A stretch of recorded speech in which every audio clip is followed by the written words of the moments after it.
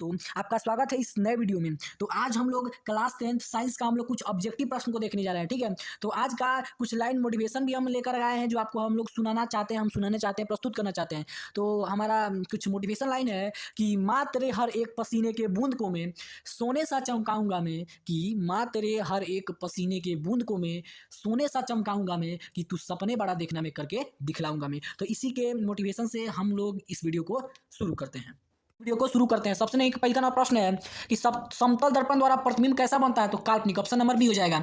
अगला क्वेश्चन कि किस दृष्टि दोष को अवतल और उत्तल दोनों लेंसों से बनी द्विपक्षीय लेंस द्वारा संशोधित किया जाता है, तो जरा दृष्टि दोष को, ऑप्शन नंबर सी हो जाएगा। अगला क्वेश्चन है कि वोल्ट बराबर होता है, वोल्ट बराबर क्या होता है जी, जूल प्रति कूलम, ऑप्शन नंबर ए हो जाएगा। अगला प्रश्न है कि किसी प्रोटॉन का निम्नलिखित में से कौन सा गुण किसी चुंबकीय क्षेत्र में मुक्त गति करते समय परिवर्तित नहीं हो सकता है, मतलब किसी भी प्रोटॉन का कौन सा ऐसा गुण है जो किसी चुंबकीय क्षेत्र में मुक्त गति करते समय परिवर्तित नहीं होता है, तो क्या नहीं परिवर्तित होता है जी, तो वेग, ऑप्शन नंबर बी हो जाएगा। अगला क्वेश्चन है कि किस दर्पण का उपयोग पश्च दृश्य के रूप में, पश्च दृश्य के दर्पण के रूप में किया जाता है, किसका जी, तो उत्तल दर्पण का, ऑप्शन नंबर ए हो जाएगा। अगला क्वेश्चन है कि प्रकाश का प्राथमिक वर्ण कौन सा है, तो नीला, हरा, लाल, इनमें से सभी, ऑप्शन नंबर डी हो जाएगा। अगला क्वेश्चन है कि निम्नलिखित में से कौन सा सत्य है, तो कौन सत्य है जी, तो आपका हम लोग जानते हैं V बराबर होता है W/Q, ठीक है, और एक होता है V बराबर J/C, होता है J/C। तो आपका इसमें देख लीजिए, तो आपका V बराबर J/C होता है ना, तो अगर आपका ये आता है तो जूल बराबर नहीं होगा, तो आपका ये हो जाएगा जूल बराबर, हाँ, कुलाम गुने वोल्ट, ऑप्शन नंबर बी हो जाएगा। क्योंकि देखिए V बराबर J/C होता है ये जूल है, तो जूल कैसे गुना करेंगे, तो J बराबर नहीं हो जाएगा V/C, ठीक है, तो ऑप्शन नंबर बी हो जाएगा। अगला क्वेश्चन की ओर बढ़ते हैं। फ्लेमिंग के बाएं नियम के बाएं हाथ की तर्जनी संकेत करता है, तो बाएं हाथ का तर्जनी किसको संकेत करता है जी, तो चुंबकीय क्षेत्र की दिशा को, ऑप्शन नंबर सी हो जाएगा। अगला क्वेश्चन है कि हजामत के लिए किस दर्पण का उपयोग किया जाता है, हजामत के लिए किसका उपयोग किया जाता है जी, तो अवतल दर्पण का, ऑप्शन नंबर ए हो जाएगा। अगला क्वेश्चन है कि निम्न में से किस माध्यम में प्रकाश का चाल अधिकतम होता है, किसमें जी, तो प्रकाश का चाल तो हवा में, ऑप्शन नंबर ए हो जाएगा।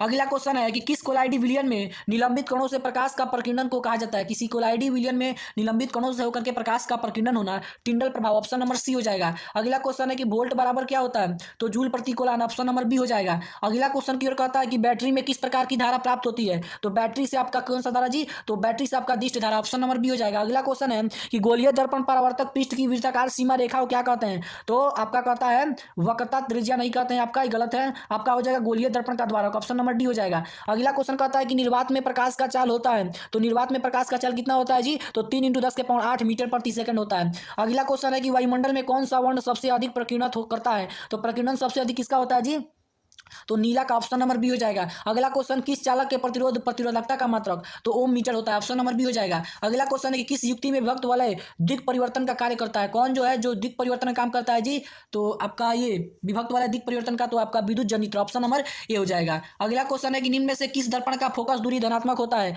किसका धनात्मक होता है फोकस दूरी जी, तो आपका उत्तल दर्पण का, ऑप्शन नंबर बी हो जाएगा। अगला क्वेश्चन किसी माध्यम के अपवर्तनांक का मान क्या होता है, तो साइन आई बटा आर, ऑप्शन नंबर बी हो जाएगा। अगला क्वेश्चन की दृश्य प्रकाश में किस दर्पण का तरंगदैर्घ्य अधिक होता है जी, तो तरंगदैर्घ्य अधिक होता है आपका लाल का, ऑप्शन नंबर बी हो जाएगा। अगला क्वेश्चन तरंगदैर्घ्य को समानता व्यक्त किया जाता है किसमें जी, तो हर्ट्ज में व्यक्त किया जाता है, ऑप्शन नंबर बी हो जाएगा।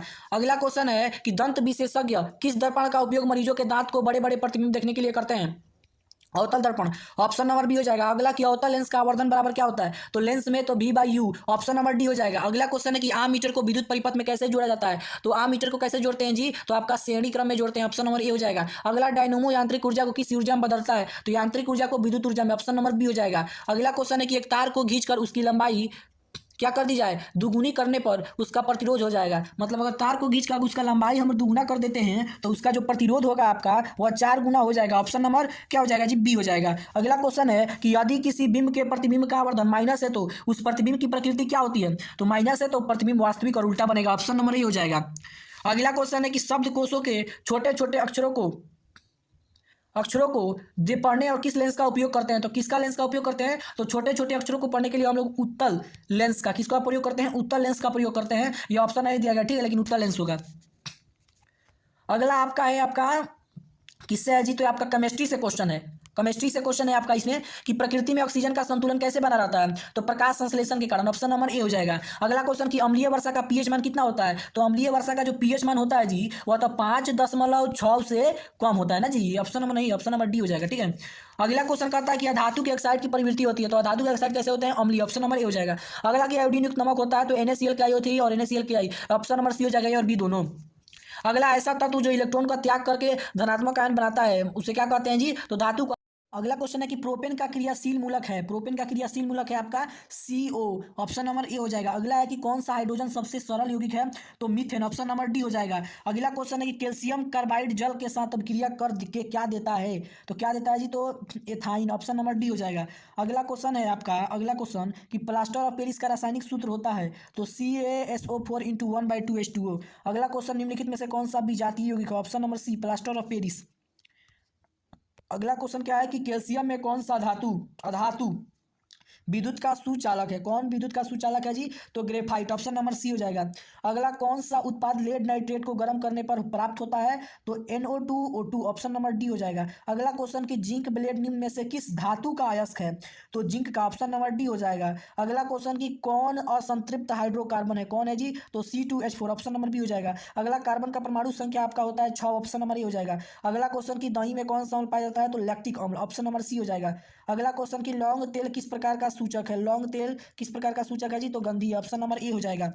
अगला क्वेश्चन अम्ल और क्षार आपस में अभिक्रिया करके क्या बनाता है, तो लवण, ऑप्शन नंबर डी हो जाएगा। अगला निम्न में से किस धातु को आसानी से काटा जा सकता है, तो सोडियम, पोटेशियम और लिथियम को, तो आपका सोडियम दिया है, तो ऑप्शन नंबर डी हो जाएगा।